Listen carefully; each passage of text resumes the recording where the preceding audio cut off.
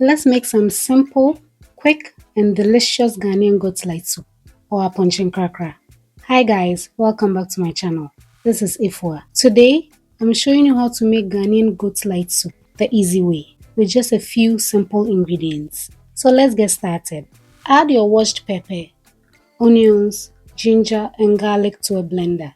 Add some rosemary, coriander, and a little alligator pepper. We'll add some water and blend until smooth.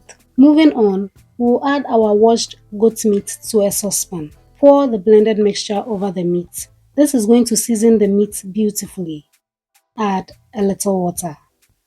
Add some bay leaves and grains of celery. That's wentia. Next, add enough salt to season the meat.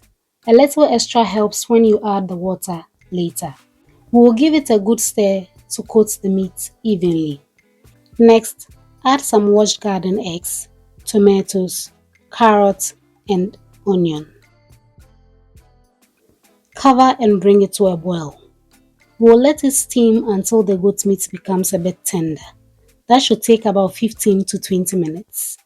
Next, take out the cooked veggies and blend them until smooth.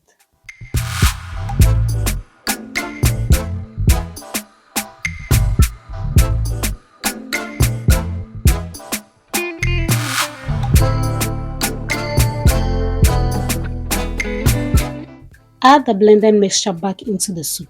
You can sieve it at this point if you prefer.